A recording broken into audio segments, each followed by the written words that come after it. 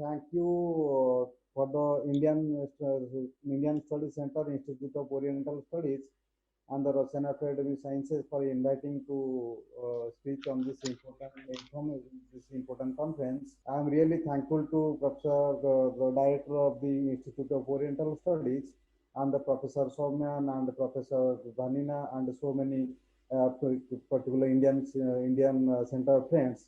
I had been there for two times. I had been there to the Institute of Indian Oriental Studies, for the Indian Center in 2007 and 2010.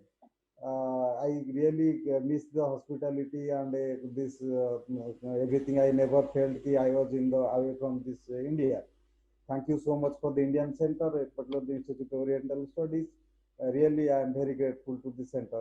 It is my great honor and also privilege to speak such important topic. Actually, I am happy to know that the Indian Center is going to organize this Republic of India at 17, particular theory and the practice of the constitutional developments. I am very happy to know that the outside of the Indian Center, outside of the Indian Center is organized such a wonderful conferences. I am really grateful to you. And now just my topic is particularly, I just want to discuss about the Indian federal system, particularly the cooperative and competitive federalism in nature, how the federal system is emerged in India from 1947 to nowadays, how the cooperative and the competitive federal nature is emerged. Particularly, I don't want to go into the theoretical aspects of this federalism.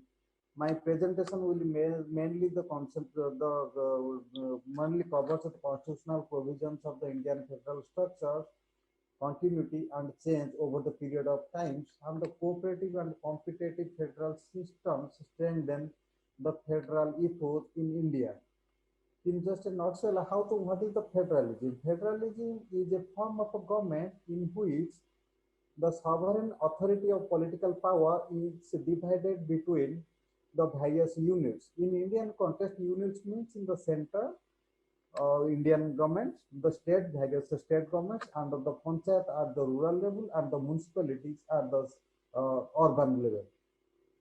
The Constitution of India has adopted the federal form of government due to India's large size and diversity, and its distributes power between central and states of the Union of India. Parts of the IV of the Constitution, parts of the 11th of the Constitution specifies the distributions of the power between the legislative, administrative, and executive powers between the Union and the state governments. The Constitution of India, particularly the Article 1 of the describes India as a union of the states for Indian federalism. In your Constitution, use the combined words union of the states to obviously presume India as a federation. Union of the states means union means not a unitary state. Union means this is the union of the states, which constitutes all the 29 states and the union territories. In this federal nature, the Constitution, the Supreme Court is the highest legal authority of India in certain cases, particularly the Minerva Mill case and versus the Union of India, 1980s. And the other case is SR Bomani and others Union of Government of India, 94 cases has strongly upheld the parliamentary federal government and federal as basic character of this Constitution of India. So the federalism is really important to the imagination of the idea of the India, because federalism is such a crucial device for being able to provide for accommodating India's multilinguistic, multi-ethnic, multi-religious, this is the architecture. Then we just try to discuss about what are the federal features of the Indian Constitution, what are the federal features now in the Indian system. The first federal structure is the written constitution, supremacy of the constitution, and the rigid constitution. Just I want to speak about very brief about the written constitution. You know what at the enactment, when the constitution was framed, we had 395 articles, 22 parts, and 8 schedules. and it is the largest and the second largest and the second longest constitution of the world.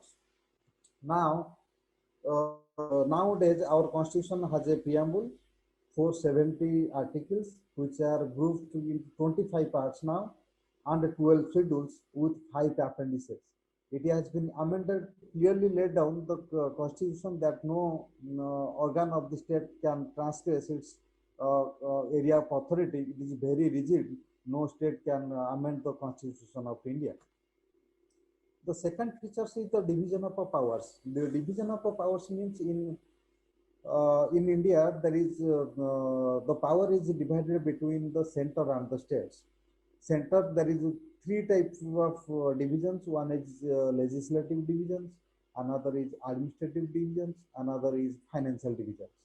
In the legislative divisions, the Indian Constitution laid down the elaborated division of the legislative powers between the union and the state governments in the 7th schedule. The union list has 97 subjects, the state list has 61 subjects, and the concurrent list has 47 subjects. The union list, the 19 subjects, that is the union has the exclusive power. Government of India has the exclusive power to amend in all these items, and the state government has 61 subjects, and the concurrent list means the state and center has both the power to amend these procedures. In the administrative, the All India Administrative Service, this is recruited by the Government of India and posted in the various states, particular districts, and the various local units. Another one is the financial power. The financial powers are divided between union and the states in such a way, practically speaking, the revenue of the union is the greater than the revenue of the states, making the state. So the states are dependent on the federal subsidies. Constitutionally, on the other hand, the Constitution makes a distinction between the power of levy taxes and the power to appropriate them. There is no concrete jurisdiction on the matter of particular the taxation system. We have also the Finance Commission. The Finance Commission is appointed for 5 years to particular to advise for the distribution of the taxes between union and the states, and the principles should govern the grant in aid, how the finance should be allocated to which state, and what are the basis of on that. You know that we have also the Niti Aayog. Niti Aayog recently constituted after the National Democratic NDA government too. When the Modi government came to power, his main objective was the national to form the Niti Aayog. Niti Aayog means National Institute for Transforming India. This is constituted in 1st January 1912 on the sort of the think tank of the Government of India with the cabinet resolution. It is particularly the successor of the Planning Commission. Previously, the Planning Commission was registered in India, and then the Niti Aayog replaced to the Planning Commission, and also actually facilitate the important goals of the cooperative federalism. And particularly its main function is to enable good governance in India and to build a strong nation state, and also to develop and offer a platform for resolution of intersectoral and interdepartmental issues in order to accelerate the implementation of the development agenda. Apart from that, another feature is also the National Development Council, NDC. It is the highest reviewing and advisory body in the field of the planning. It has constituted in 1952. The members of the NDC are Prime Minister, Chief Ministers, all states member of the Niti Aayog, Cabinet Ministers. They all are the members of the National Development Council. It is an intermediate body between the union and state and the local government. The 5 years plans particularly became operational after the approval of this National Development Council. The another feature is independent judiciary. We have the Indian Constitution provides for the Supreme Court with the original jurisdiction to settle the disputes between the center and the states, in particular the state interest. It has the word to interpret the Constitution, and the verdict is the final. Nobody can question the verdict of the Supreme Court.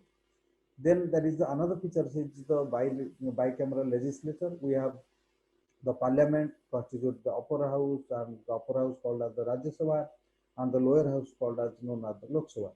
Now we have also the another federal feature is the dual government polity. Means the center has the the central level and the federal units at the particular the state levels. That is the states and the union territories level. Then, if we look into the political spectrum of the federalism in India, we divided into the entire political spectrum from 1947 to present in the four types of political dimensions of the federalism. First phase is one party political federal system that existed from 1947 to 1967. Particularly, the Congress party was dominating the entire country. Then the second phase is started 1968 to 1989. This is called as the expressive federalism. Expressive federalism means the states are emerged and they express their opinions about against the center. This is called as the expressive federalism. That's why the maximum number of the Article 356, particularly the emergence provision, was imposition, and the rise of the regional demands efforts and the reconciliation also started in this period. The third phase is called as the multi-party federalism, when the single-party political system, particularly the Congress party, was failed to secure the power. So the regional parties that came into combining with each other and to create the coalition governments. Particularly in this period, the creation of a coalition government with the regional parties at the center, the economic reforms, various economic reforms, financial autonomy to states. So the judicial check of the balance of the article of the 356, strengthening of the local government, all these measures are taken during this period. Now the fourth phase is 2014, particularly return of the dominant party now, the BJP, Bharatiya Janata Party is now the coming to power since 2014. That is the return of the single dominant political party. Now, under this government, particularly NDA government, National Democratic Alliance government 1 and the National Democratic Alliance government 2, NDA 2 terms, the rise of the Bharatiya Janata Party is a dominant government. So the government is trying to particularly implement the cooperative federalism and competitive federalism. What is cooperative federalism? Cooperative federalism means at the particularly the objective of the cooperative federalism is two levels of the government as mutually complementary parts of the single political system. The basic objective was maintaining the union, and second was the promoting common welfare of all the citizens. Third was the seeking joint solution to a common problems, a joint focus on the national development agenda by the center and the states, and the advocacy at the state perspective on central ministries, and the creation of the, and another was the creation of the Niti Aayog. Then what are the features of the corporate federalism now in India? Particularly, the main features are the meeting of the governing council. The governing council is the council of the Niti Aayog. Niti Aayog is comprising all the chief ministers and the union and the lieutenant governor of the all the union territories. And this issue, the main purpose of the Niti Aayog is to facilitate the cooperative federalism. Then another feature is subgroups of chief ministers. When at the fourth meeting of the Niti Aayog, the subgroups of chief ministers are constituted to the issue basis, particularly to development of the various sectors. Niti Aayog is the coordinating agency, and showing the post-harvesting activities, particularly the Niti Aayog. Then the sustainable development goals in Himalayan region, we have sustainable development goals. You see all the states of the Himalayan region, there is the sustainable development organization, which called the Himalaya State Regional Council. Main objective is to monitor the implementation of the plans, points, and central ministries and the other truly Himalayan states. Then another one of the development support service to the states. Niti Aayog is development called as the DSSS. This is particularly to do strengthen the infrastructure and the technical to provide the technical inputs to all the states. Then the sustainable action for transferring human capital. This is called SAT. SAT is the program for sustainable action for transferring human capital, focusing on two main areas, particularly education and the health, to build the particular role model states. This is very important features of the cooperative, the particular federalism. The another important is the GST Council. You know very well the GST Council is the constitutional body for making recommendations to the union and states and issue related to goods and service taxes. The GST Council is chaired by the Union Finance Minister and other members of the Union members of the Revenue and Finance Ministry. Then you know the another cooperative federalism is now the health emergency. Emergency, and I want to discuss about in a particular the COVID-19 period. The entire country was locked down by the disaster management authority, and this the power was imposed by the center, and the state was religiously cooperate with the center and just try to minimize all the COVID cases. Though though to various another these various task forces, particular the task forces for particular the things regarding the agricultural development, Niti Aayog Forum for the Northeast, with the main objective to identify the issues and the solution to the Northeast problems. So all these are the cooperative federalism. All the state units are cooperating to the center. Then what is the competitive federalism? This is competitive federalism means that the states are competing with each other to learn each other and try to develop their social and economic indicators and par with the other developed states.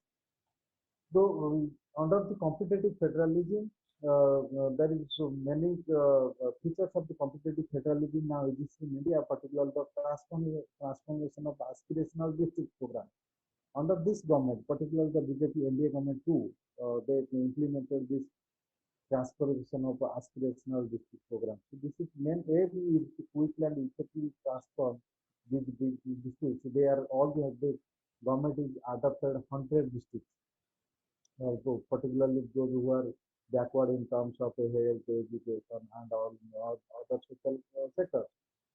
So the program is particularly the convergence, collaboration, and particularly the state level office collaboration with the state level officials and district collectors and competition among the districts drives by the mass movement. So the states are the main drivers, and their program will focus on particularly the strengthening of each district, identify low-hanging fruits of immediate improvement, measure the progress, and also the rank of the district. The another one is the SDG India Index, Sustainable Development Goals Index. This is a very unique in the unique and very good features of the competitive federalism, particularly. Niti Aayog undertook extensive exercise of measuring India and its state progress toward the particular the sustainable development goals of 2030. The SDG India Index is intended to provide a holistic view on the social, economic, and environmental status of the country and its states and union territories. It has been designed to provide an aggregate assessment of the performance of all the Indian states and union territories and to help leaders and change makers evaluate the performance on the social and economic environmental parameters. The index has a constructed spanning across 13 out of the 17 SDG Sustainable Development Goals. It tracks the progress of all the states and union territories on set up the 62 national indicators measuring the progress of the outcomes of the intervention and schemes of the government of India. Then the another one, the social sector indices, particularly. Excuse me, 2 minutes. Yes, yes. Spasiba, I will come. The institutionally focus on the water, health, and education, particularly outcomes and for the better management and utilization of water resources. Niti Aayog has prepared state-wise key performance indicators for states and across the key sectors to encourage the positive competition and profile particular states and use to innovate or to improve the outcome. Then the another one, the learning the best practices from the states in all sectors, particularly in the health and all the social sectors for innovating the health of successful development initiatives by the state governments. These have showcased the innovative approaches, effective strategy, long-lasting improvement of sustainable, reaching out to the most marginalized sections of the population. So, in a nutshell, actually, I just this evolution of this the constitutional system. I will say the Indian federalism has become more meaningful and functional, particularly the post-liberalization period. from a state, today the state is not a acting as a subordinate position till the date that was performed till the date of the 1980s. States rose to occupy now the strategic position. Indians moved from the command economy to the market economy. Therefore, the center became the more interested in involving states in the every matter. DVC politics is now is not a several states today is being replaced by the development politics. States are not only competing but also the learning from each other. States are being seen as the center as the drivers of the Indian growth. Now the Indian federalism in the true sense is to, uh, according to the government slogan, Sabka Saath, Sabka Vikas and Sabka Vishwas, means with all development for all and trust for all. I would like Siva, thank you so much for giving an opportunity to speak on this topic.